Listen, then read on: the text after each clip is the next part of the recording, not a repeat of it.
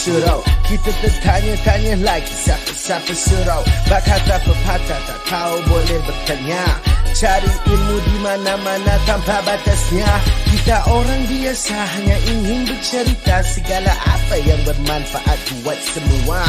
Wah, siapa Suro? Sudah terang lagi bersulau. Mari kita sembang dulu sebelum masuk hidau. Mari.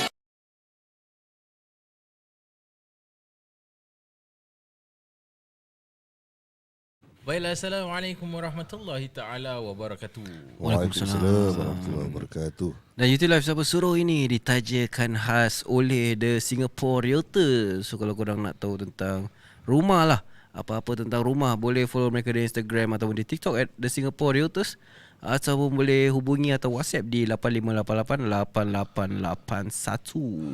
Yes. So sebelum kita mulakan rancangan kita, jangan lupa share, like, especially tekan butang bell tu, so every time kita go live korang akan dapat notification. Okay. So hari ni kita punya tetamu undangan, tak lain dan tak bukan. Terus lagi Dahsyat iaitu sekali. Ustaz Mizi. Ustaz Mizi tak akan start berbual kalau korang tak nak share dekat luar sana. Share dekat korang ni WhatsApp. Share kat semua. Share dekat mana-mana. Jadi semua dapat manfaat dari kita punya program ini. And seperti Hafiz kata, kita ada Ustaz undangan pada hari ini. Dan tak lain tak bukan Ustaz Mizi Wahid. Apa khabar Ustaz? Baik, Alhamdulillah. Terima kasih. Thanks for having me. Thank you for coming, Ustaz. Thank you for coming Ustaz. Kita orang rasa terharu sangat Ustaz Berbesar dapat hati hadirkan diri ni hari. Siapa suruh saya datang? Hafiz suruh saya datang. Betul. Ustaz Hafiz lah, Ustaz Hafiz. Siapa suruh? Okay. So Ustaz, apa khabar? Sihat ya? Alhamdulillah so far. Alhamdulillah, sihat. Okay, kita teruskan dengan kita punya inilah. So what we want to do, we want to know a bit more about you. Maybe if you can introduce yourself, insyaAllah. Nama saya Muhammad Tarmizi bin Abdul Wahid, lebih dikenali sebagai Mizi Wahid. Itu saja. Itu saja. Itu saja tuan-tuan dan puan-puan. Terima kasih I think, kerana the fact that I'm here beside Hafiz, I think I should start with saying that I dulu pelajar Madrasah Al-Juniah Islamiyah dengan dia. Kita masuk tahun 1990. Betul. Dan kita graduate tahun 2001. Betul. Okay. So kita dah graduate 23 tahun. 23 years Wah, lama tu dah tua kita. Dah tua kita. No, tapi this year something interesting happened. My eldest daughter, dia masuk Al-Junaid Sec 1. Wah, Masya Allah. And it was an amazing experience for me personally, surreal I would say, because I was invited to give a speech on the first day of school. Wow. So macam, and I didn't tell her, so macam terkejut lah. Nampak Bapak aku. But it feels a bit like full circle. Okay. Sebab you went to that school all your life. Zaman dulu kita duduk 12 tahun, primary, Yes, secondary, correct. pre-U, semua satu tempat. Correct. Kawan sama, bangunan tukar-tukar, ada pindah sikit. But guru-guru sama dan sebagainya, environment sama. Tapi sekarang Al-Junaid is not like that anymore. Okay. And I never thought in my wildest dreams that one of my kids akan masuk madrasah like Al-Junaid lah. Bukan apa, because memang tak nak memaksa, Yeah. But my daughter yang pertama ni memang dia sendiri minat, dia sendiri suka. So Alhamdulillah she did well enough in Irshad. And then when we asked her where you want to go, dia cakap Al-Junaid. She didn't want other options, even though there were other options. So Alhamdulillah, and then just one thing at a time, one by one everything fell into place. And then itulah macam couldn't believe it lah, that she's now there. Tapi dia tahu yang dulu kau Al-Junaid juga. Ya, dia tahu. Oh, okay. Ikut jejak bapak kira. Okay, and then after after you graduated, where do you continue your studies, Ustaz? So actually we continue. We went to Marsah dekat Johor Bahru. Okay. Dia sebelah Ma'had Johor. Betul. And we were there for 3 years. Okay. I took Syariah, you took Usuluddin. Usuluddin. Okay. And selepas 3 tahun, diorang ada this twinning program dengan Al-Azhar University. So we could finish our final year dekat Al-Azhar lah. So I went to Al-Azhar, came back in 2006. Yeah, and then I worked in Office of the Mufti sekejap, Pejabat Mufti, MUIS, for 2.5 years. And then 2009 I left and started my own company, Which is Safina Institute. Wow. I see. So kira Ustaz dengan Hafiz ni dari dulu all the way sama lah classmate. I don't think every year lah. Or schoolmate more. Primary school tak ada. Secondary school Yeah, yes. secondary onwards I think more. I see. Tapi apa jadi Fiz? Tak boleh Tanya Hafiz macam tau. tu. Tadi kita interview Hafiz. Tanya Fiz lah. Apa jadi Fiz actually? Tak boleh macam tu. And then okay, so you were saying you were working in office of Mufti, then after that you started your own business. So why that jump, Ustaz?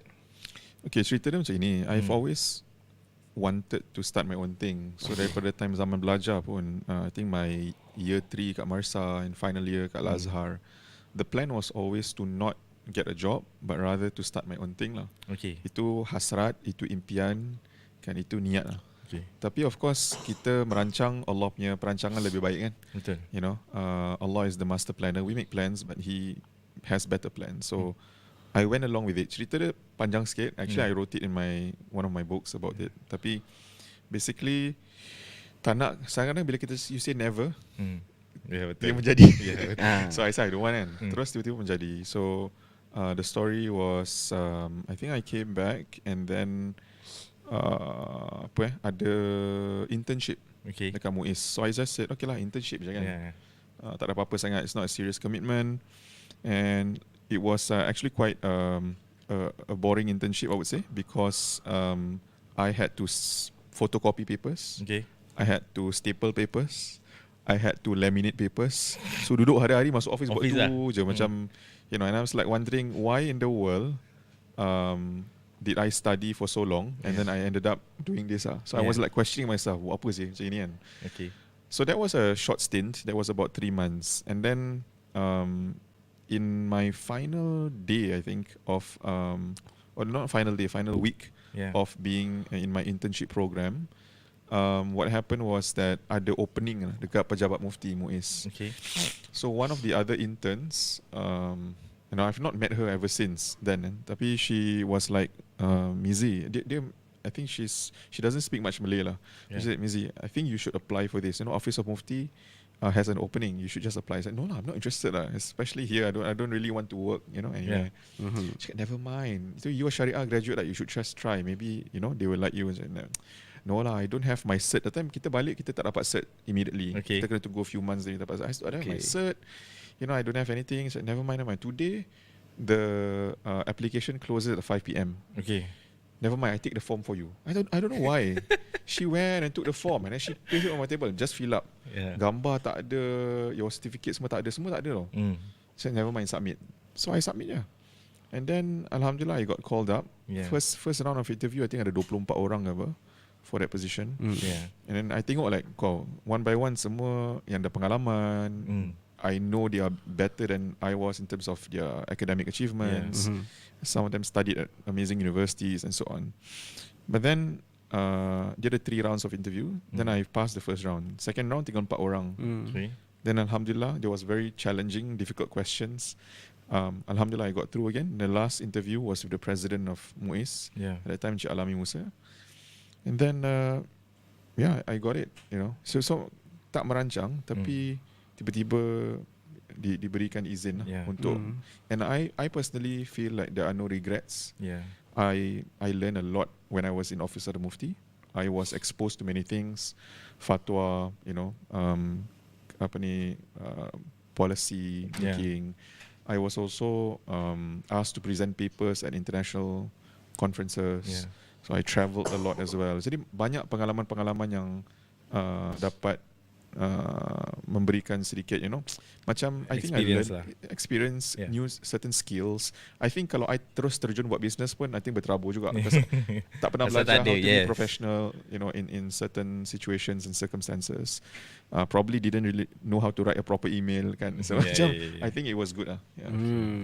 Okay, and then I noticed that, you know, when you started Safina Institute, you were the language that you use kan bila you berbual dengan whatever contents or how you converse in your your dakwah, it's always in English. And why is that so? Okay, ni pun time dekat Mesir lah. I remember in my final year, dah habis exam I think. So I was just tengah terbaring kat dalam bilik and then wondering what I want to do next. And of course kita ni kalau balik daripada macam Institut Pengajian Islam Tinggi macam kat Mesir contohnya, the default is that you jadi ustaz lah. Yeah. Yalah. Betul, So, betul. Betul. So then I told myself this. I said, I asked myself, what do I want to do when I come back? Yeah. Do I just want to be like any other ustaz? That was my question lah. And no disrespect to any other ustaz lah, but I just felt like, or can I contribute differently? Okay. Is there something that's missing? Is there a need that's not being met? So after some contemplation and reflection, I realised, maybe bila balik nanti, I will only accept invitations yang want me to speak in English or present in English. Just pasang niat je. Pasang niat. And then bila balik tu, tiba-tiba peluang yang pertama yang I dapat was before the Muiz internship was I was a docent dekat Harmony Center. Okay. So Harmony Center, I don't know whether you know, Anahda, dekat is it? Masjid Anahda. So this was a reaction to 9/11 post 9/11, and it was early mid 2000s, and they set that place up so that non-Muslims can come and learn more about Islam. Yeah. To correct any misconceptions that they read online and things like that. Yeah. So I thought I would come back and ceramah dalam bahasa Inggeris kepada jemaah masjid dan macam pakcik-pakcik who may try to speak in English, but diorang punya soalan mungkin batal wudu punya soalan ke ataupun solat macam mana. Tapi in the end the questions became a lot more complex because these were international students from international schools who came, non-Muslims who had a unique perspective on things. I went to present to even other faith groups. I went to their place, macam go to a church, go to a Sikh temple, go to to talk about Islam. It's a very unbelievable experience lah. Mana senang-senang dapat peluang macam gitu kan. And they asked me questions that were from as simple as why Muslims cannot touch dogs, things like that, all the way to why are the Shiites and the Sunnis killing themselves in Pakistan? Macam Seriously okay. To the extent dahsyat sih. That means diorang they know lah. They learn also lah about Islam juga lah. Oh my god. Mizi memang ada bersekolah di English je. I mean, Kalau lagu pun dengar lagu-lagu English. There was one unforgettable experience. I don't know whether you were there, tapi dekat kawan-kawan datang rumah lah. Okay. I think kita set 1 ke set 2 datang rumah, and then tengah tengok TV, and then makan-makan, and then my mum keluar, and then kita semua tengah tengok cerita Melayu. And then my mum like, huh? Mizi tengok cerita lagi. Yeah. So then my friends were all like, huh? Apa ni, macam dia tak faham konteks. So I don't really watch. Tapi kat sekolah I just speak Malay, but maybe it was just, I don't know, preparation. Eventually that this was my destiny, that I was going to read, write, speak in English more. Wow. Tapi at home you tak Malay. Malay? Mak dia Melayu punya. I see. Wow. But that is very interesting. That means you had the thought and you already set your goals. Tapi you kena faham tau, bila I baru balik tu my English pun masih berterabur juga. So I remember, I think grammar wise kadang-kadang masih all over. Mispronunciation of words. Sekarang ada dictionary.com, you can tekan every word keluar. Dulu mana ada. Dulu I kena pandai. I read books out loud in my room and test ni betul ke tak It sounds a bit off. Ni betulkan sendiri lah macam gitu. Oh, very I interesting. see. Wow, okay. Something different lah. Pasal kalau macam ustaz-ustaz biasa berbual Melayu, even ceramah Melayu ni semua, tapi ada juga yang macam Ustaz Mizi berbual English, something refreshing. Maybe pasal sekarang budak-budak sekarang pun banyak berbual English. Correct. Saya berbual dengan anak saya pun English, jarang berbual Melayu. Itu normal. Tapi Bukan jarang, Melayu tu faham ke tidak tu? Melayu alhamdulillah faham. Faham juga sikit-sikit lah. okay. Wow, interesting. Habis lepas tu, so yang make me, I think there was a period of time when you started to create all contents on your Instagram, on social media. I noticed and I realised that the things you say kan, dia memang dalam konteks agama, tapi it is more of motivation, giving motivations to people. Yes. And at that point of time kan, is it pasal you rasa yang ada ustaz rasa macam ada masalah yang kena diketengahkan dekat orang? Because I think until today that is your way of dakwah. Sorry, aku tambah sikit. Is it you macam ada idolakan macam kat Malaysia Ustaz Fadilah Kamsah? Interesting Ustaz question. ada idola? Idola saya adalah siapa Ustaz sendirilah. Nak cakap Muhammad Salah tapi Masalah tak boleh Oh, Ustaz. saya Liverpool. Tak boleh Ustaz. Boleh juga Ustaz. no lah. I think there are many. I don't think I have one in Okay. particular, and I think Okay. sometimes they have changed over time because you go through life ada different stages and phases, fasa-fasa yang berbeza ni. Kadang-kadang we need a different kind of mentor to look up to learn from. Yeah. It's actually just a few minutes ago I was just thinking also, macam I used to have students in the early days of Safina who were with me maybe for 3 years and then they left. And then they go and learn elsewhere. And then those who came after that from year 4 to year 7 and then they left and then they go somewhere else. And I always saw that as perkara biasa. And there was nothing wrong with it. Tak ada macam merajuk-merajuk atau kecil hati macam kenapa dia belajar dengan orang lain. In fact, sometimes I sendiri encourage my students to belajar and open their minds up. Correct. Kalau tak you a bit narrow and you macam fanatical untuk dengan satu ustaz, satu guru, satu pendapat saja. And dunia sekarang ni, as you can see with the internet, social media, you akan be exposed to so many different things, and you might either feel macam tak boleh terima, betul, or betul. you learn how to embrace or understand and communicate.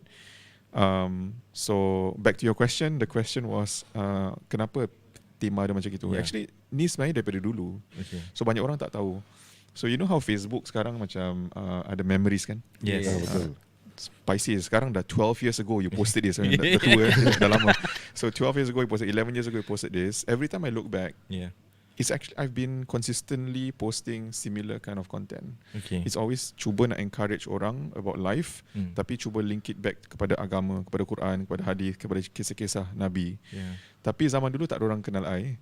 Tak tahu yang I buat benda ni. So bila tengok balik kan post lama ni, satu orang like, dua orang like, tak ada like, satu komen, kan macam very sedih lah kalau tengok balik macam kau tak ada orang layan aku sih. Tapi I think I've always felt like that was going to be my niche. Sebab I was very comfortable in it, number one. But number two, I think memang dalam hidup ni kita semua menghadapi pelbagai jenis ujian, cabaran, many setbacks, dan kita perlukan kata-kata perangsang. We need somebody to lift us up. And I just hope that if there was one thing I would be able to make a difference in this world is somebody that not give up on their life, that not give up on their marriage, that not give up on their religion, kan, or their child. I hope that they reconsider. That's all. That's my hope. I see. And alhamdulillah, I think it has now many years later, it has touched many more lives, and people appreciate what I put out in terms of whether it's podcast ke, buku ke, my talks ke, videos ke, anything. Wow, interesting. Okay, kita tengok sikit. Teruskan. Komen. Sorry deal Boleh lah. Okay, kita tengok komen yang ada. Kadang-kadang komen-komen ni dia punya soalan-soalan pun mencabar juga Ustaz kadang. So kita tengok Aisyah Rozali, Assalamualaikum, Bismillah, Waalaikumsalam. Syah Sairi, Assalamualaikum semua, Waalaikumsalam. Lepas tu Aisyah ada komen-komen banyak blurry tadi.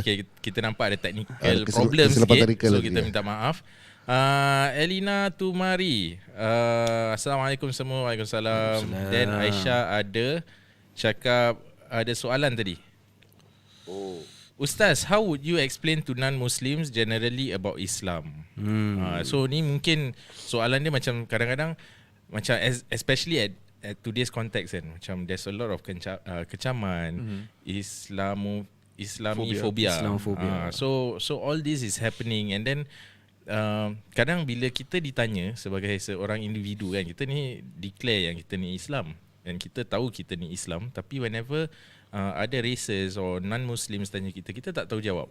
So what would be your advice on that? Okay, terima kasih Aisyah atas soalan yang baik. Saya rasa apa yang I made mistakes also dulu bila baru-baru kan deal dengan non-Muslims. Lama-lama saya belajar a few things lah. Antaranya adalah kita tak boleh berbual dengan diorang with the assumption that diorang tahu our beliefs. Maknanya kita punya reference point apa dia tak tahu. Okay.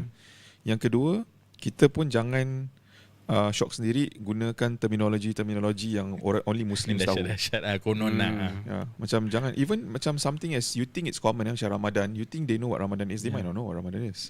Although ramai dah semakin tahu, kita tak boleh assume kan. when you say masjid also, they might not know what is a masjid, things like that. So don't assume things like that.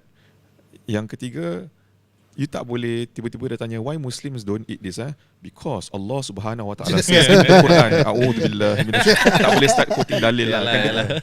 It doesn't apply to them. Correct. But you can explain, you can say that, you can say, oh, actually in our holy book, the Quran that we refer to, it says that we're not allowed to do this, or we must pray 5 times a day, things like that. You can say that. But if you want to add on macam ada hikmah-hikmah di sebalik jawapan you tu, that one you tak boleh memandai lah. You kena kaji betul-betul, understand. Ada ke dalam Islam cakap gini, ada ke Nabi cakap macam gini kan. So that, to me the only way untuk rasa yakin dengan jawapan kita adalah untuk menimba ilmu. Okay. Tak boleh memandai. I think scrolling on TikTok tu bukan menimba ilmu. You nak ada duduk dengan guru, ada buku kan. Then you will really understand. So nak jawab apa soalan pun, at least you can answer confidently lah. Okay. Betul-betul. Wow. Okay, tadi kau nak tanya apa? Aku dah lupa dah. Kau dah lupa Kita tengok next Aisyah kata apa. Aisyah kata usually for reverts, do the ustaz follow up with them on their journey and to what extent? This one soalan lebih kepada untuk yang bekerja di Darul Arkam. Darul Arkam. Yeah.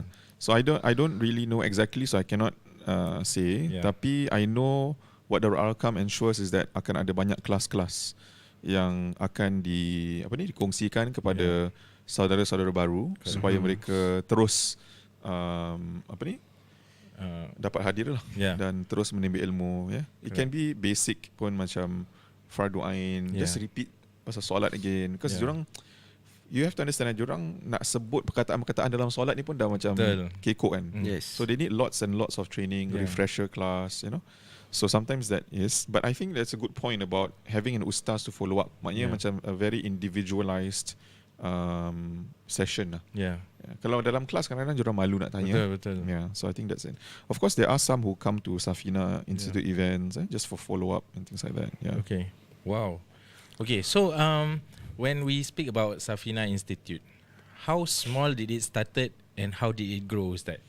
Saya tengok macam banyak the event, suddenly when you do events kan, they sold out. It's still small in a sense, in terms of, if I say my team is small, we are very lean. Tapi in terms of, I think what helped was our public events lah. So we had this signature thing called Safina Talks. It was between 2012 to 2017, I think. The peak was, I would say 15 to 17 at the peak. Like every event, like 500, that kind of thing.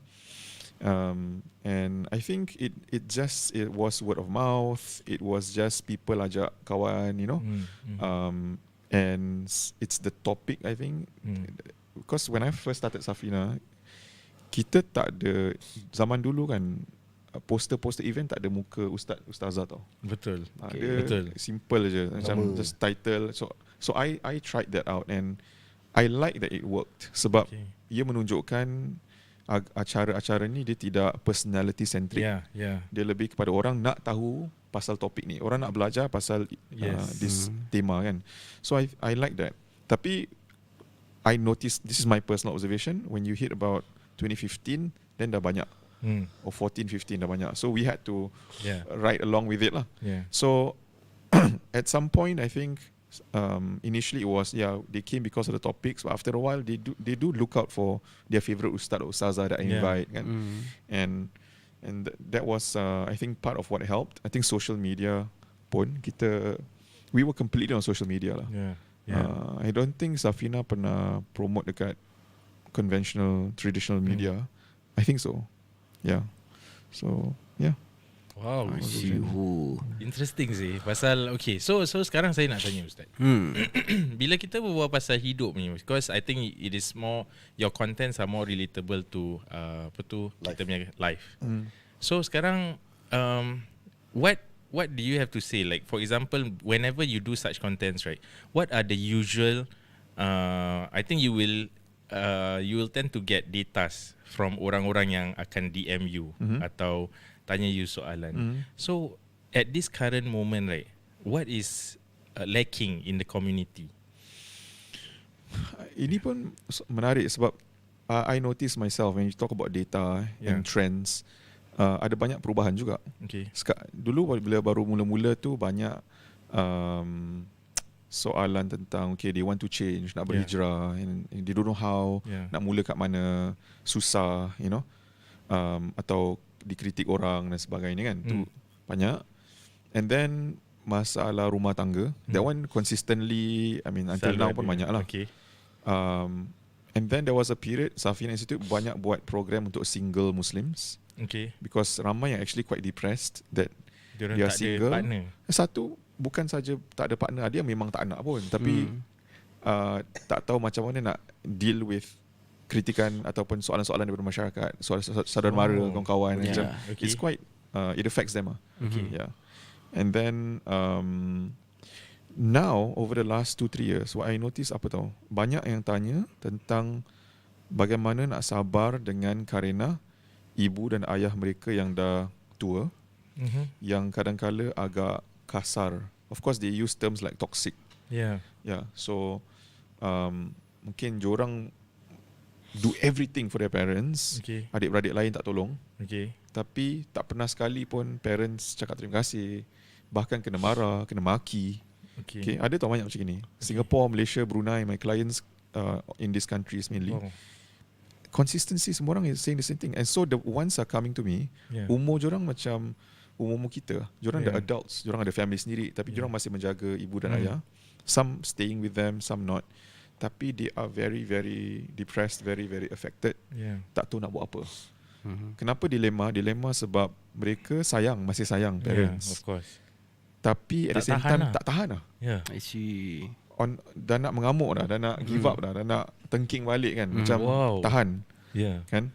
Tapi diorang takut kalau tahan-tahan ni pun in the end apa jadi? They lose their sanity lah. Jadi gila. Kan? So I've done coaching sessions. Ada yang sampai 3 sessions. Ada yang adik-beradik berkumpul sebab diorang tiga-tiga stress atau apa nak buat. Macam-macam. This is quite a lot. So the coaching session is so-called macam counselling ke, or is it? I don't call it counselling because I don't have a counselling punya background. So I call it coaching, where we guide them, we listen to them, we ask pertinent questions so that they arrive at the point where they want to arrive. Interesting sih Ustaz. Wow, tak pernah dengar Macam selalu kita orang dengar macam depressed. Orang kata macam tadi when you say the singles. Then tapi masalah pasal ibu menjaga ibu bapa yang tua ni jarang kita dengar. Semakin banyak. Betul. Wow. Kadang-kadang saya punya acara topik lain pun tiba-tiba nanti time Q&A keluar soalan pasal ni juga. Serius ah? Because it's happening a lot. I see. Tapi tu masalah. Okay, tanya. Tak, bukan, kadang-kadang bila orang datang tu, diorang this is my only chance lah. Pada topik lain. So this is my only chance to ask. So kadang-kadang kita cubalah layan. Tapi kalau terlalu off topic kita tak boleh lah. Tapi it's not fair for the rest. Correct. Oh, okay. So, sekarang saya nak inilah. I think we have already spoken for 30 minutes now. And it will be best for us to also bagi ruang untuk kita punya sponsor untuk beri sedikit kata-kata lah. Betul. Jadi korang pun boleh dengar. Yang penting korang stay. InsyaAllah topik kita ni memang interesting, very interesting. And saya pun nak settlekan ni technical problem. So we will come back in a few minutes time. So stay there. Stay tuned. Rahmatullahi ta'ala wa barakatuh. Waalaikumsalam warahmatullahi wabarakatuh. Okey, dan seperti biasa kita punya penaja bagi program Sape Suro, iaitu The Singapore Realtor. Betul. Okay. So kalau korang nak follow dorang boleh follow dorang kat Instagram, ataupun dorang sekarang ada TikTok, ataupun boleh terus hubungi mereka di 85888881. Jadi korang tunggu apa lagi? Korang tahu siapa nak cari untuk jual dan beli rumah.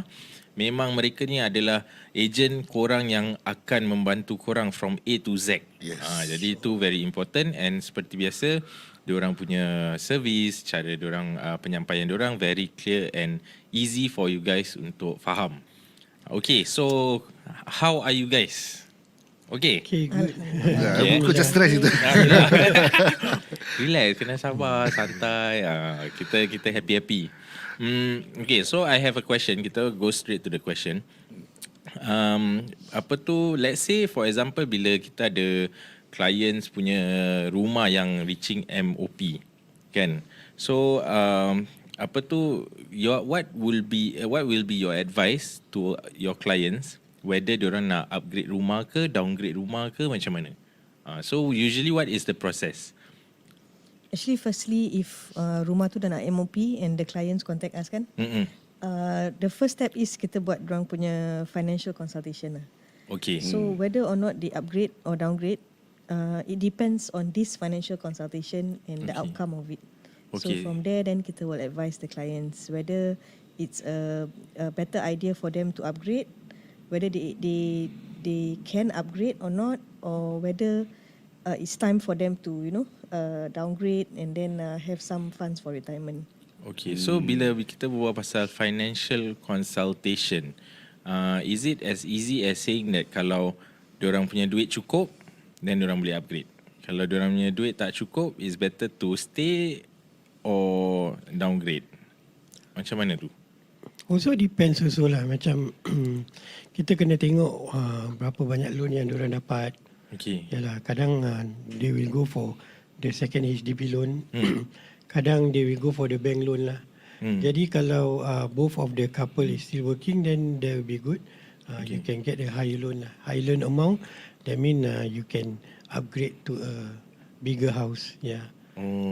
But is it necessary macam kalau dah MOP je nak kena macam jual rumah, or is it better to wait longer macam another 5 years? Macam mana? Ada orang kata the best time to sell your house is betul-betul time MOP. Is that right or no? Actually depends on family need jugalah. Like some people they really want to, for example now they are in a 3-room flat, rumah baru MOP BTO rumah diorang dapat first as a first owner. Then their family needs they have 3 or 4 kids, then they might want to upgrade to a 4-room. So that one we might advise them to actually go for it lah. But some people they might want to hold the house longer. So betul-betul depends on the family punya situation lah. Kita takkan cakap tak boleh, kita takkan cakap boleh. Kita akan advise accordingly lah. I see. Yeah, it depends on their planning also. Kadang-kadang they already buy an MOP flat with the idea that they want that first nest egg. Pasal we know that when you buy MOP flat, dia murah kan. And betul. by the time you jual, the price really double. Yeah, correct. Kadang-kadang triple pun ada. So some people going into buying HDB, they already have that mentality.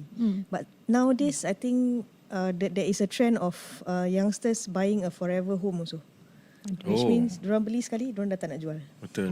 Tapi tu advisable tak? I mean there's a lot of people who saying that kita orang beli rumah ni actually kita nak kena invest for our retirement. Again, what is your priority lah. Okay. Some especially orang kita, the priority is to raise a family. Yeah. And diorang fikir kalau nak pindah-pindah, kalau nak tukar-tukar tempat, not only leceh, kadang-kadang diorang dah ada anak yang dah start sekolah. Sekolah dah dekat school lah, depan kadang pun mata. depan mata. Kalau nak transfer nanti sana ada tempat ke tak. So a lot of things consideration come into play. Yeah. But usually when they call property agents is because they want to sell, or sometimes they just want advice lah. So sometimes nak nikah dekat dengan parents dorang. That one is one of the reasons also lah. A strong reason for them. Pasal parents also getting older, right? So dorang nak tinggal sebelah blok ke, within 5 minutes walking distance. Semua dekat lah. Ni semua dorang punya considerations. These are the usual considerations. Okay, kalau let's say orang tu sekarang tu semua in the situation where diorang ada anak Kalau couple yang tak ada anak, what is best usually? It depends on their salary juga. Kalau diorang betul-betul nak go for investment, for example, some of them they already have their current BTO, diorang dah 5 years MOP, they want to go for a private property. Yeah, that's also possible. Oh, really? For those who don't have kids, but it's more for their investment lah purposes. So they can retire early, why not, right? You see? Yeah. Banyak juga dia punya sebab Betul. Ada reason. So that's why korang pun dah dengar. And benda ni it really, this kind of information is very important whenever you want to buy and sell a house. And siapa yang boleh bagi that information will be our the Singapore Realtors yang boleh bagi korang more in-depth understanding. Itu very important tau. Macam korang tengok ni baru baru tanya sikit. Sikit je. Sikit banyak benda yang nak kena consider. Jadi macam mana nak consider, korang nak kena berbual dengan diorang, korang nak kena contact diorang sendiri, set an appointment. And benda tu free benda no obligation. No obligation. Free consultation lah. I mean, kita akan buat financial calculation to see whether it's feasible for you to move lah. Kita tak ada paksaan korang, kita dah expect korang kena sign tak ada. Pasal ada klien pun kita cakap, actually you punya budget not that good, so you just stay put for a while. Nanti kita revisit the idea again lah. Whether 6 months ke 1 year ke time. So it really depends. Sekarang kita jumpa, kita paksa, tak ada. Betul. Jadi korang tak payah takut. No hard selling je. No hard selling. Ni benda pun benda yang korang nak kena spend a lot of money on. So korang, like you see, they are very nice. They tell you guys to set appointment, duduk berbual dulu, boleh mengopi. Selalu diorang akan ajak pergi coffee bean. Coffee bean tempat favorite. Dapat minum frap ke apa kan, time berbual. Then after that get to know them. Once you're comfortable, you can make your decision lah. So macam mana Hafiz? Macam mana? So kita tunggulah kita next punya soalan. Kita punya next episode, kita tanya soalan yang lain pula. So korang boleh manfaat dengan apa-apa soalan yang kita tanya pada kita punya agent ni. Jadi korang jangan lupa follow mereka di TikTok and Instagram, The Singapore Realtors. Or you can call them atau WhatsApp mereka di 8588 8881.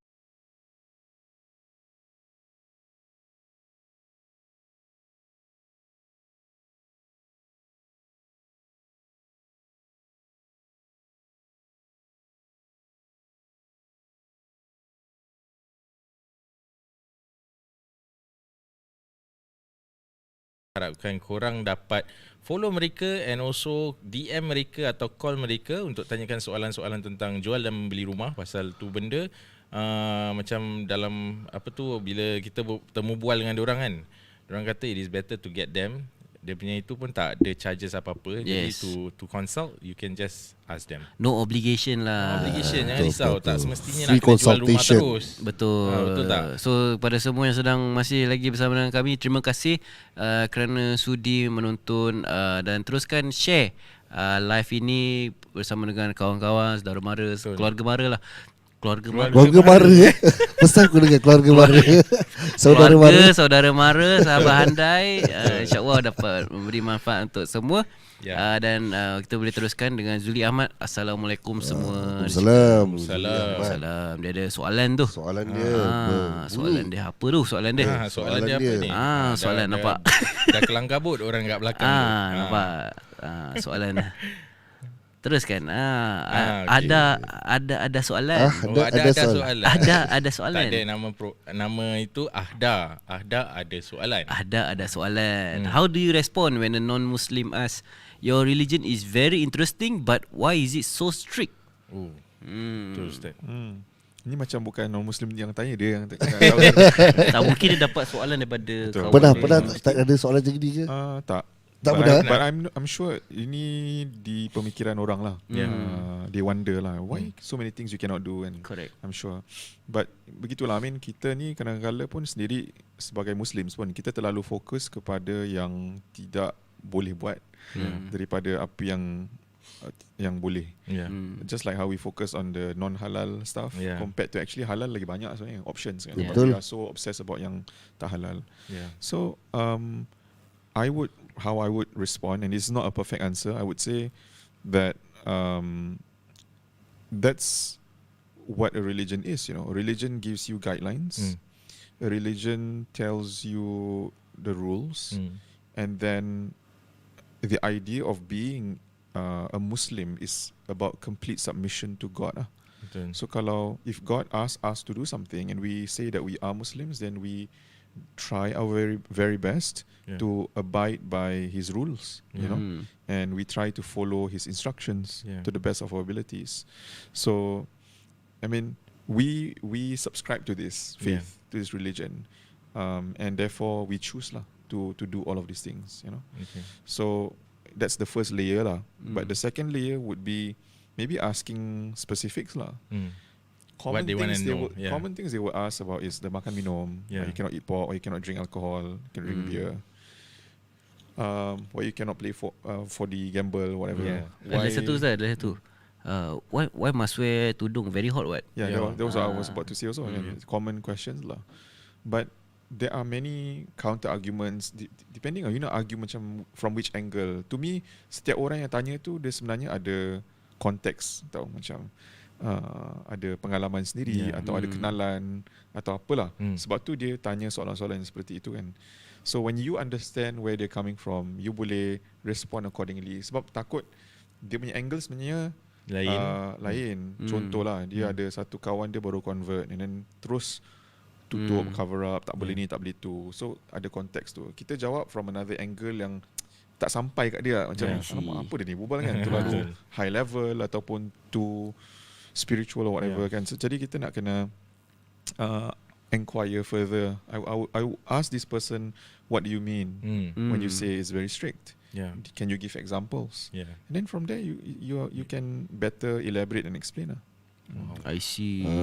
Kalau tanya strict macam dia kira luas sangat kan strict tu. As if the entire religion is so strict. Udah cakap terima kasih Ustaz Mizi dan semua juga. Sama-sama. So keep the questions going. Aku tengok macam ni hari dia punya soalan kurang sikit, tapi korang boleh just feel free to ask because we have someone prominent here tau, Ustaz Mizi. Yes. Tadi kita orang tengah introduction tadi. Kita terlupa yang Ustaz ni sekarang Presiden Pergas. Masya Allah. Okay, so boleh walk us through tak? How did that happen? Is it something that you choose to do? Or is it you were headhunted? Or No. Macam mana boleh terpilih gitu. Okay, they actually this one a bit sensitive lah, tapi it's an AGM process because it's a registered society, it's a non-profit, so ada AGM dalam constitution Pergas kena run AGM lah. So dalam AGM tu biasanya ada voting process, and so I was nominated. So you don't nominate yourself, somebody has to nominate you. Correct. So I saw that I was nominated, and I, after seeking inputs from others, making doa and everything, I felt like okay, I will accept the nomination. And if there was something interesting about it, sewaktu AGM tu saya sebenarnya berada di Tanah Suci tengah haji. Last year saya menunaikan haji dengan isteri. Dan memang dalam constitution tu boleh hantar proxy lah. So I didn't need to be there physically, but I could still continue to run for that. So alhamdulillah, dengan izin Allah saya dipilih based on votes, dan so tanggungjawab dia berat. Walaupun mungkin Pergas bukan sebesar some of the other non-profit Malay Muslim non-profits kat Singapore, tetapi tanggungjawab dan bebannya lebih kepada nama, lebih kepada reputasi, dan kita punya niche lah. Kita jaga hal ehwal asatiza, kan? Development of asatiza, training, welfare asatiza. We are trying to fight for asatiza punya tangga gaji asatiza supaya dibayar lebih baik dan sebagainya. So there are many things. These are just some simple examples. There are many more challenging things ahead. So saya mohon doa lah daripada semua. Tapi bila Ustaz cakap itu, is it macam union Ustaz untuk asatiza? Oh, that's a good question. Actually, a part of me believes that there needs to be a union for asatiza untuk jaga. Sebab ramai asatiza sebenarnya. I don't know whether you know. Kita ada dalam sekarang ni ada 5,000 asatiza tau. 5,000? ARS certified. Serius? Ya, tapi ada 2 tier lah. Ada yang lower tier, higher tier. Hafiz saya rasa dalam 2,000 lebih nombor dia. Actually time kita balik it was 1,000 plus saja. Serious? So dah many Now years kan. it grew already lah. Sorry, what's your question? Oh, union. Okay. Union. So ramai actually freelancers. I see. Ramai freelancers, ramai yang mengajar gitu-gitu, part time, ajar tuition kat rumah, ajar dekat masjid, kuliah duha macam gitu. So I think some of them would appreciate the help if there was a union to support them bila tiba-tiba dibuang kerja ataupun get demoted ataupun apa-apalah kan, masalah-masalah kerja, kita boleh bantu. But what I've learned is that dalam Pergas Constitution kita tidak boleh, we cannot be unionized. So kalau nak kena ada cara lain lah. So that's still something for us to think about lah. I see. Okay, since kita orang dah touch on asatiza Ustaz, saya nak tanya, kenapa dalam Singapore ni there are so many asatizah who choose to do it freelance, who choose not to be at the mosque. I mean that is, I mean the pool of asatizah that I know, right? Diorang dari masjid, diorang akan terus keluar and tak nak choose not to to be inclined to the mosque. Ada banyak sebab lah, but I think every person punya sebab lain berbeza-beza. Ada yang mungkin dah just penat lah kan, atau nak suasana lain, atau nak more freedom, atau maybe financially dah quite stable kan. And dia dah tahu dah boleh agak lah, kalau aku freelance ni rasa-rasa cukup makan kan. Buat ni sikit, buat tu sikit, musim korban buat sikit, Ramadan jual kurma kan. Betul. Setahun sekali bawa orang pergi umrah. Macam roughly they know already. Buat korban. Roughly they know already apa boleh buat to sustain. But at the same time you have to understand sebab masjid kita kat Singapore ada 70. Singapore takkan tiba-tiba next year buat 10 or buat 20. Tiba-tiba they will probably remain 70 for a while. Jadi kalau asatizah yang kat masjid ni mereka tak keluar, yang baru balik tak ada tempat. Betul. So technically it's kind of like a natural cycle lah. Where keluar ada masuk, ada keluar ada masuk macam itu. Tapi kan macam is it macam orang yang baru balik daripada Mesir ni semua, diorang memang nak kena kerja kat masjid ke, atau memang diorang boleh buat apa-apa je actually? Tak ada orang memaksa. Tak ada orang memaksa. Kerja mana-mana boleh. Okay, kita jawab soalan daripada soalan daripada Zul Awab. Zul Awab tanya apa ni? Kalau kita tengok handphone members ada gambar lucah, siapa salah? Ustaz? Tolong jawab Ustaz. Apa soalan ni? Siapa suruh tengok handphone? Jangan tengok handphone member. Tutup sendiri je. Kau tengok buat apa? Ada je ni. Tapi saya ada soalan Ustaz. Dia ada orang bertanya lah. Dia hal dekat rumah. Kalau kat rumah ni orang selalu cakap macam kalau ada suami isteri lah, contoh suami isteri, kalau nak solat tu, kalau ada suami isteri dekat rumah tu nak kena berjemaah. Betul tak?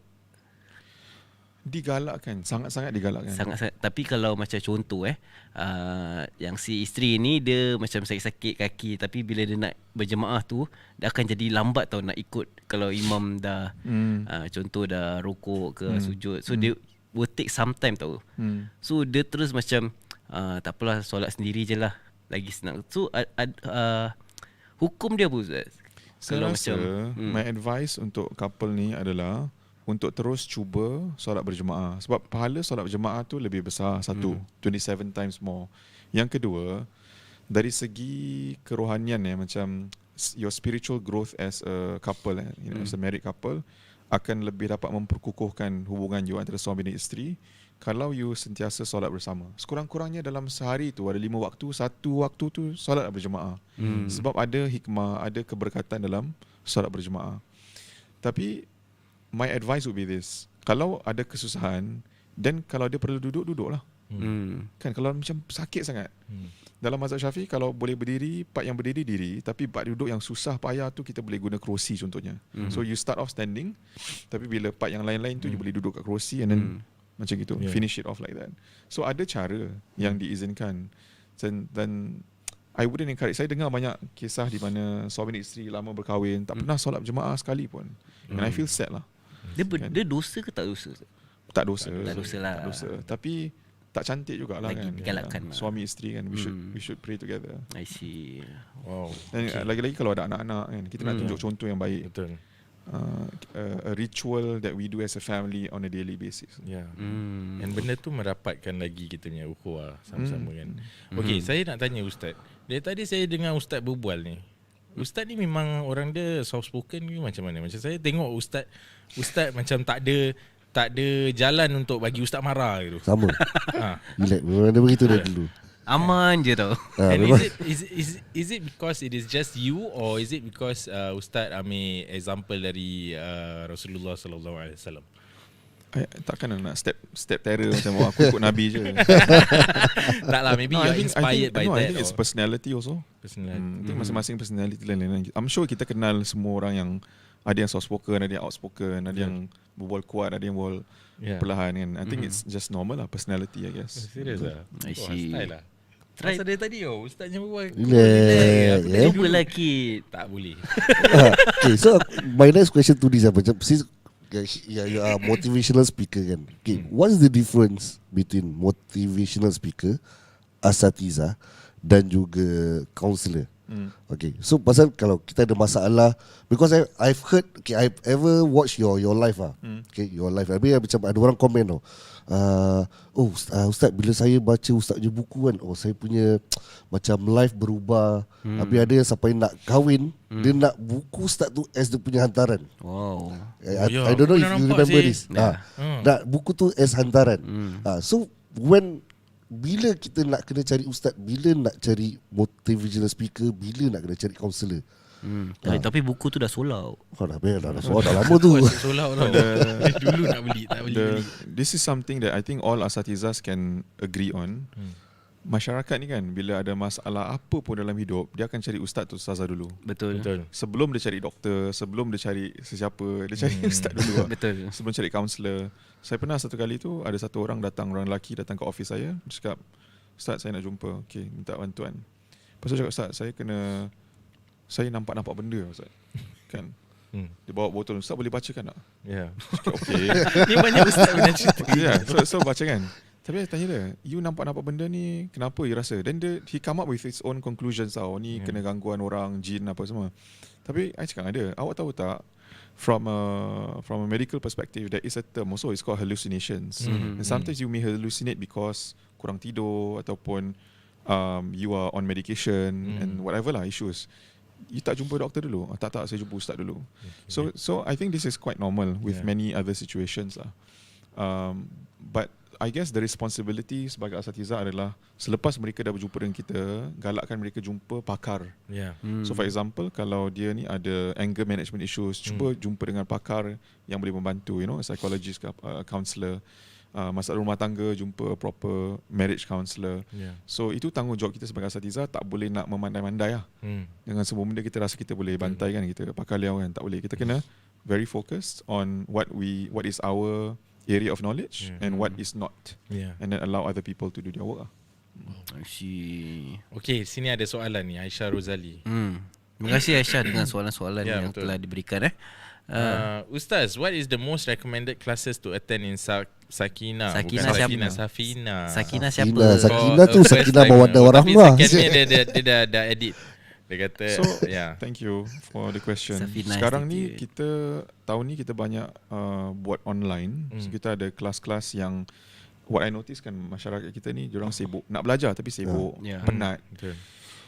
Tak ada masa, you know, you dah work whole day, balik rumah, anak-anak menangis, siapa semua nak tidurkan diorang, buku sekolah. Lepas tu nak kena dengar 2-hour lecture from Ustaz Mizi. Macam tak layan kan, macam tertidur. So what we do is we came up with this thing called 30-minute webinar series and 60-minute webinar series. So yang 30-minute ni semua macam very practical things. Okay. Macam anything and everything about wudu. Okay. We did one about hadas for men, hadas for women. Nanti kita ada satu pasal wirid-wirid dan doa selepas solat apa boleh baca, and then we give them audio recording they can listen to again. So ada macam those kind of stuff lah. Okay, 30 minutes. So dengar, okay, dah, and then they can listen to it again later. Kalau cepat sangat ke apa, dia ada slides pun that they can read later. And then the 60-minute webinars are more for the motivational, inspirational life issues that people are going through. Yang pun tak terlalu berat, 1 hour. I usually take 1 or 2 questions. Tapi sekarang kita ada platform di mana siapa yang dah register tu, bila mereka nak watch balik tu, ada macam like a forum page lah, where dia orang boleh tanya-tanya soalan, nanti saya cuba jawab lah one by one. I see. So it's about apa ni? Short and sweet lah. Short and sweet. I see. Tapi kita ada one event coming up called Ramadan Resolutions, baru je launch today. Nanti akan ada siapa speakers, Ustaz Fizar, Ustaz Shamim, dengan somebody else. Somebody else tu. Nanti kena check poster baru keluar tadi. Yeah. So yeah. Ramadan ini. Ramadan. And before Ramadan. Oh, before Ramadan. Before Ramadan. Ni ada Muhammad Lazim kata, Assalamualaikum semua. Waalaikumsalam. Terlambat join lah. Tak apa. Nanti lepas ni boleh repeat lagi lah. Tapi expect dia punya glitch lah. Ni hari ada magic sikit lah. Okay. Tapi Aisyah tadi ada cakap satu tu, most recommended books. Apa books to purchase? Oh, most recommended books to purchase. Is it Ustaz Mizi punya ke? Ustaz Mizi punya ke apa? You need to be a bit more specific. Ya, pasal Harry Potter pun buku juga. Saya boleh recommend buku Harry Potter. Oh, enggak suka Harry Potter okay. Ni lagi satu ada Shah Sairi. Just went to Safina Institute website. There are so many webinars and all are very interesting. Terima kasih. Alhamdulillah. Okay. Aisyah Rozali dah kata yes, Ustaz Mizi punya buku. Ustaz Mizi. I have written 4 books, 4 buku. Yang paling laris adalah namanya The Art of Letting God. Buku ni pasal tawakul, macam mana nak bertawakal kepada Allah, and how do you deal with life issues, what you need to let go of and things like that. Yang keduanya adalah Call Upon Him. That was my first book. Dia lebih kepada doa tapi more motivational, inspirational. So banyak stories and anecdotes about orang-orang yang berdoa dan kemudian they see miracles happen in their life, and you know, things even personal like family, my parents, my stories semua ada. And then the third book is called You Are Loved. So buku ni saya tulis memang kerana banyak orang yang datang kepada saya ceritakan masalah hidup mereka. Saya dapati masalah yang lebih mendalam adalah mereka rasa diri tidak disayangi. They don't feel loved. And this applies to men, women, children, teenagers, adults, even old people. Okay, everybody memerlukan sayang. And I wrote in the book, and in the opening chapter or second chapter, I said that, you know, orang-orang kita kan, kita suka joke-joke kan, macam dia tu tengah muka masam, dia ni tengah macam bad mood, kesian tengah kurang kasih sayang tu kan. And it's a Malay saying kan. I think dulu lah it wasn't a joke though. I think genuinely people assess that kesian dia gitu, mungkin dia kurang kasih sayang. Sekarang kita cakap macam sinister remark kan, macam sindir nak tahu orang kan. Tapi I think there's a lot of truth in it. That kita ni kadang-kadang either dibesarkan dalam suasana yang maybe our parents tak give attention, ataupun di tempat kerja kita tak dapat acknowledgement from our boss or sesiapa yang kita nak kan. Ataupun even now in our marriage, our spouse tak show appreciation ke apa ke, atau tak spend quality time, atau anak-anak tak pernah berterima kasih, tak cari kita dah parents yang quite old. So macam semua orang sebenarnya sentiasa memerlukan kasih sayang at all times. So buku You Are Loved ni, you know, some of the people who write in, they say that Ustaz, saya baca a few pages dah nangis. And I think it touches certain people yang memang rasakan. Dan because there's a chapter that says I've never heard anybody say the words I love you before. So banyak ada orang sampai sekarang bila dah dewasa, tak pernah satu orang dalam hidup dia pun pernah cakap dekat dia I love you. Serius lah, ni true lah Ustaz. Real, these are things that are real. I see. So buku-buku ni semua masih boleh didapatkan ke mana-mana je? All these books? Tadi I had some meetings ke Arab Street, so masuk Wardah bookstore sekejap. I think ada 2. Ada Call Upon Him dengan ada You Are Loved kat Wardah. It is still you are still publishing that book lah? Macam masih print lah? Ke ada dah sold out ke? I think some I don't know to be honest. My publisher dekat Malaysia. So they might still be printing some. Oh, really? I see. Tapi bila cakap pasal macam You Are Loved, you know, saya ada satu cerita ni lah Ustaz. Bukan saya lah. Cerita lah. Bukan saya lah. So ada seorang hamba Allah ni, dia share dengan saya, dia pernah berkahwin, dah bercerai, kira dia dah tawar hati untuk bercinta lagi. So sekarang dia punya motif dalam hidup ni untuk jaga parents dia yang dah berumur. Lepas tu bila parents dia dah tak ada ke apa, dia akan masukkan diri dia dalam ufuk sum. Okay. Kira dia dah betul-betul dah tak nak berkahwin lah. Pasal mungkin putus asa lah kira. Dah putus asa. Kira experience yang dulu tu buat dia macam tawar hati ke. Apa nasihat Ustaz atau pendapat Ustaz tentang dia tawar hati sebab mungkin tentang perceraian dia yang dia dah gagal dalam inilah. So dia tak nak kahwin lagi. Tu yang walaupun ada peluang. Tak tahulah. Tapi masih muda lagi, umur kita lah 30 lebih tahun. Muda Saya dah lagi tu. Dia dah Muda lagi tu. Ada orang kahwin 50 lebih je. Umur saya lah Ustaz. Kau masih muda, Dil. Saya rasa sebagai orang ni mereka masih trauma. Okay. Dan mereka memerlukan masa untuk proses that trauma. And mungkin mereka nak kena duduk dengan seorang terapis dan nak kena find some closure. Ada orang dia nak kena heal properly. Ada orang dia nak kena get over their trust issues. Sebab if it involves something like that, dia kena rebuild that trust. Dan ada orang mungkin dia belum bersedia. And saya rasa kita tak boleh nak memaksa jugalah. Kita boleh suggest kan. Kita boleh kena tak aku kenalkan dengan someone kan. Just something like that. Keep it open. No pressure, no stress. Sebab kita tak tahu betapa dalamnya luka yang dia sedang feeling kan. Betul. Banyak orang tak tunjuk lah. Dia simpan. Especially lelaki. Actually betul. Macam saya pernah ada a few cases lah. Orang lelaki ni belum kahwin pun dia putus tunang Dia punya give up completely give up. Serius? Dia macam tak nak. It sounds like macam Romeo macam romantic lah. Wow, kau dah satu-satunya. Kalau bukan kau tak ada lah orang lain kan. Tapi actually some men are like that no. Dia betul-betul they don't want, they don't care, and they can be good looking, they can be doing well in their career, tapi no. Serious? Because of that one time my heart was broken, dia tak nak terus. I see. Ada orang macam itu. Okay, interesting Ustaz. Okay, so sekarang saya ada ni ada komen saya baca dulu sebelum saya tanya soalan kat Ustaz. Aisyah Rozali kata okay, nanti suruh suami hadiahkan buku. InsyaAllah kita doakan agar suami dia dapatkan buku tu. Betul. Kita doakanlah suaminya tu pergi mencarilah buku Ustaz Mizi. InsyaAllah. Syah Sairi, I read Ustaz Mizi's book. It's called The Art of Letting Go, Letting God. It is so interesting. Thanks Ustaz for writing the books. Thank you so much for reading it. Alhamdulillah. Doakan saya insyaAllah. Okay, so ni pun Syah Sairi kata, Salam Ustaz, there's a saying forgive and forget. We can forgive but can't forget. Is that okay Ustaz? It's not whether it's okay or not. It's just that it's human nature. Kita ni manusia, kita ada memory. Kita akan sentiasa ingat, especially benda yang sangat menggembirakan ataupun benda yang sangat-sangat mengecewakan. So these two are very extreme emotions. Actually dalam buku saya The Art of Letting God, saya ada sebut pasal the unmistakable power of love and hate.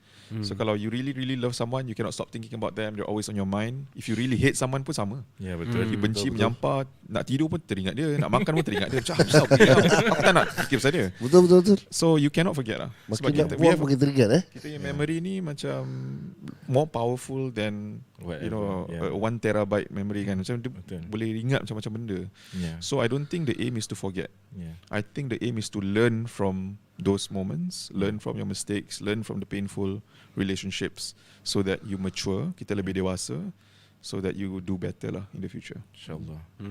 Okay, so now it comes to my question Ustaz. Terus. Saya rasa kita pun dah 1 jam berbual dengan Ustaz, and kita punya program ni pun dah nak sampai ke penghujungnya.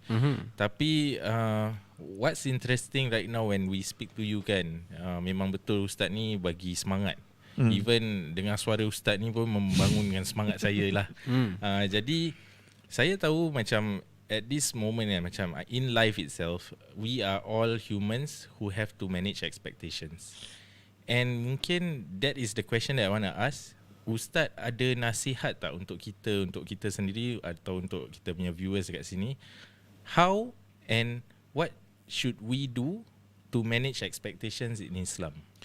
Whose expectations? Our own expectations. So managing expectation is Contoh? talking about probably macam kita tengah development stages kita. Kita tak tahu what will come our way. Macam mungkin bila kita dilahirkan, kita tak tahu keluarga yang kita akan hidup dengan. Ada keluarga yang susah, ada keluarga yang senang, ada keluarga yang banyak masalah or whatever lah. So as an individual, macam mana kita nak have, or how do we manage expectations before something happens to us?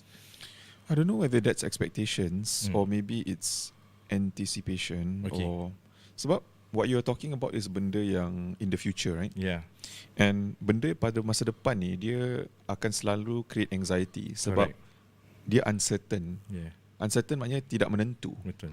Nobody can predict what's going to happen 5 minutes later. Yeah. You couldn't predict that today background hilang. Betul. Kan? These are things that kadang-kadang trust me, after this the next episode you akan anxious macam mana takut happen again. But you anticipating it because maybe pernah berlaku ataupun you dengar-dengar it could happen or it has affected other people, so you worry about all these things. But we should not worry. We should do our best. We should make doa and we should leave to Allah the rest. Like Allah will handle everything. This is part of the art of letting God lah, tawakkul tu. Kita kena yakin yang kalau kita usaha dengan baik, kita pasang niat kita dengan baik, kita berdoa non-stop kan. Kita jangan malas lah nak berdoa kan. I think kita kadang-kadang lepas sembahyang terus angkat kaki jalanan macam we should just take a moment to doa. Kita kena banyak berzikir. Bila kita banyak berzikir itu, kita rasa lebih dekat dengan Allah. And of course Allah berjanji kalau kita ingat dia akan ingat kita. So you can never go wrong if he is always thinking of you kan. And I think things in life will still go wrong. Don't misunderstand Tapi setiap masalah yang berlaku di hidup tu, Allah ada sebab lah dia kenapa dia menjadikan perkara tu berlaku. Kadang-kadang kerana kita ni dah leka lalai, kadang-kadang kita lupa daratan, kadang-kadang kita dah tak humble anymore. We are too arrogant with our success. Kadang-kadang benda-benda berlaku ada sebabnya, ada puncanya. So we should always reflect, but at the same time don't overthink, don't over worry about what's going to happen tomorrow, next week. You just continue to do your best every day. That's a very good inilah nasihat explanation lah. Okay. So last question Ustaz. Last question. Dia punya last question banyak. Dia memang last question. Saya bila Ustaz cakap trust Allah tu, saya macam terasa macam nak tanya Ustaz ni. So bila kita trust Allah, maybe during good times bila kita dapat sesuatu yang kita nak, kita punya level of trust dekat Allah tu naik. Yes. Atau bila kita dalam kesusahan and kita cuba doa, Allah kasih sign sikit to ease our heart, kita akan percaya pada Allah. Tapi these feelings is always fluctuating. So how do we maintain consistency in our trust towards Allah? I think we trust him because we know he's done it before. Sebab dia dah pernah lakukan dalam surah Taha, bila Nabi Allah SWT beri arahan kepada Nabi Musa alaihissalam to Allah kata idhhab ila fir'auna innahu tagha, go to Fir'aun because dia dah melanggar batas kan. And then Nabi Musa actually had his own concerns. Macam he had some responses lah. I'm not going to go verse by verse tapi macam they're a bit worried macam how am I going to fight Fir'aun, so powerful, he's the king, tentera dia ramai, dia wealthy, he can instruct anyone to hurt me, kill me. And then then dia baca doa, Rabbi shrah li sadri wa yassir li amri wahlul 'uqdatam min lisani yafqahu qawli waj'al li waziran min ahli Harun akhi ushrid bihi azri, macam all of that dia doa. Lepas tu sebelum Allah jawab, Allah actually cakap pasal for your info kan, dulu I already perform a miracle. Bila? With your mother. When your mother gave birth to you, and then we inspired her to put you on a raft and then lepaskan you dekat sungai. That was us telling your mother. We inspired her to do that. And eventually you diselamatkan oleh isteri Fir'aun. And then you could have grown up in a poor condition. You grew up in the palace. And then they were looking for siapa boleh susukan, sebab isteri dia tak pregnant, so tak ada susu badan lah kan. Then dia cari ibu dia dikembalikan. So we could do something as miraculous as that. You don't worry. It looks difficult in front of you. The task ahead looks challenging, but know that we've done it before.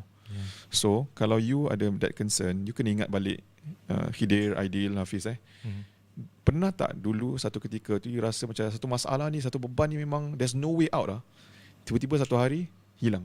In fact sekarang you cannot even remember apa yang actually masalah tahun lepas macam betul. So ini bukti yang Allah dah pernah buat lah untuk kita. So why can't we trust him again? InsyaAllah. Kedus kena. Sakit Ustaz. That is what I need lah. Sakit. Kedus kena. Okay. Sakit saya sakit Ustaz. Sakit. Okay, ni ada a few more. Ini kita bacakan sikit. Aisyah Rozali. Okay, anyway Ustaz, dulu saya pernah try resepi Creme brulee dari Ustaz. Aduh. Ustaz ada terfikir nak I'll go into food industry ke? Nampak ada followers tau Ustaz ni. Creme brulee. I'll tell you the secret to that. Okay. Hari nak recording tu petang dekat Masjid Islah, ingat recording tu. Yeah. Pagi tu baru my wife ajar I macam mana nak buat creme brulee tu. So that's the truth. So I never You have never been interested That's the in truth. this lah. Aisyah Rozali. Itu program aja Aisyah Rozali. Okay, so last dia kata soalan mantap Muhammad Hidin, masya-Allah. Okay, thank you so much Ustaz. Kita pun dah sampai ke penghujung rancangan. We want to thank you so much for coming and saya minta maaf kalau ada apa-apa kekurangan. Tak ada. Kita pun Kita minta minta maaf maaf kerana kekurangan kita ni dekat kita punya technical ni hari.